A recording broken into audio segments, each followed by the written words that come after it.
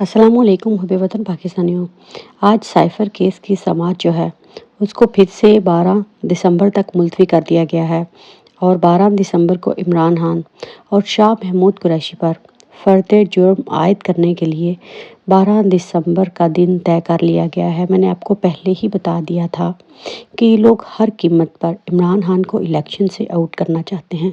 जो लोग ये कहते थे कि 2018 में इमरान खान जो हैं वो इस्टेब्लिशमेंट की बैसाखियों पर बैठकर आए थे, तो वो लोग अब ये क्यों बोल रहे हैं कि वही इस्टेब्लिशमेंट अब जहांगीर तरीन को लीडर क्यों नहीं बना सकी।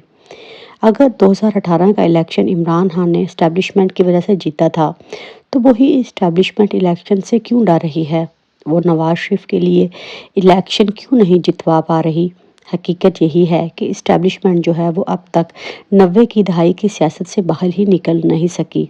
आज से पहले जब भी इस्टेब्लिशमेंट ने नवाज शरीफ को या जरदारी को हुकूमतों से हटाया, तो अवाम जो थी उसने भरपूर उनका साथ दिया, लेकिन तारीख में पहली बार अवाम इस्टेब्लिशमेंट का साथ नहीं दे रहे और मुसलसल आवाज़ उठा रहे हैं और इमरान खान की हमायत से पीछे ही नहीं हट रहे।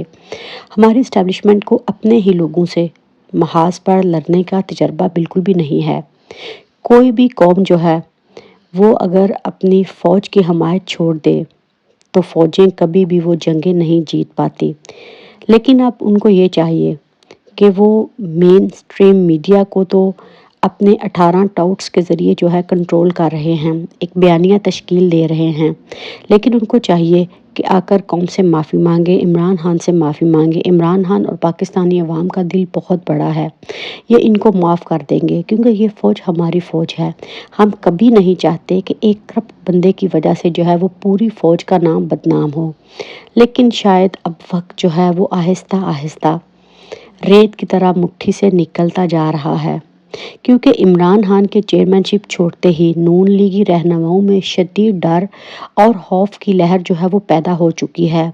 और ज़राए ये भी बता रहे हैं कि ये बात तकवीत पकड़ रही है कि अगर इमरान खान ने पार्टी ओहदा छोड़ा है तो वो इलेक्शन में भरपूर अंदाज में उतरेंगे, क्योंकि इमरान खान मैदान छोड़ने से बेहतर है उन्होंने पार्टी ओहदे से फ़िलहाल जो है वो अलहदगी अख्तियार कर ली है, जो कि एक अच्छी अलामत नहीं।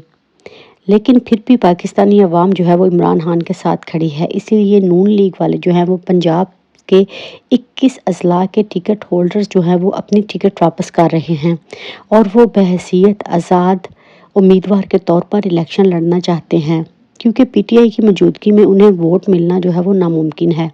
और अगर वो आज़ाद सीए से जीते तो वो अपनी पोजीशन जो है वो पीटीआई के साथ मिलकर हुकूमत में एडजस्ट कर सकते हैं।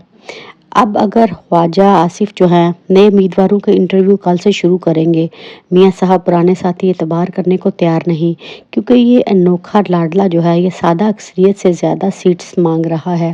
लेकिन फिर भी इन लोगों का सबसे बड़ा प्रॉब्लम यही है कि ये इमरान खान को जो है वो माइनस करना चाहते हैं। इमरान खान को एक क्रेडिट तो आपको हर कीमत पर देना पड़ेगा कि 76 साल के इस बदबूदार निज़ाम के कपड़े उतार कर उसे 25 करोड़ इंसानी लोगों को ये बताने में कामयाब हो चुका है कि ये किस तरह हमारी इस माओ बहनों के साथ खेलते रहे हैं।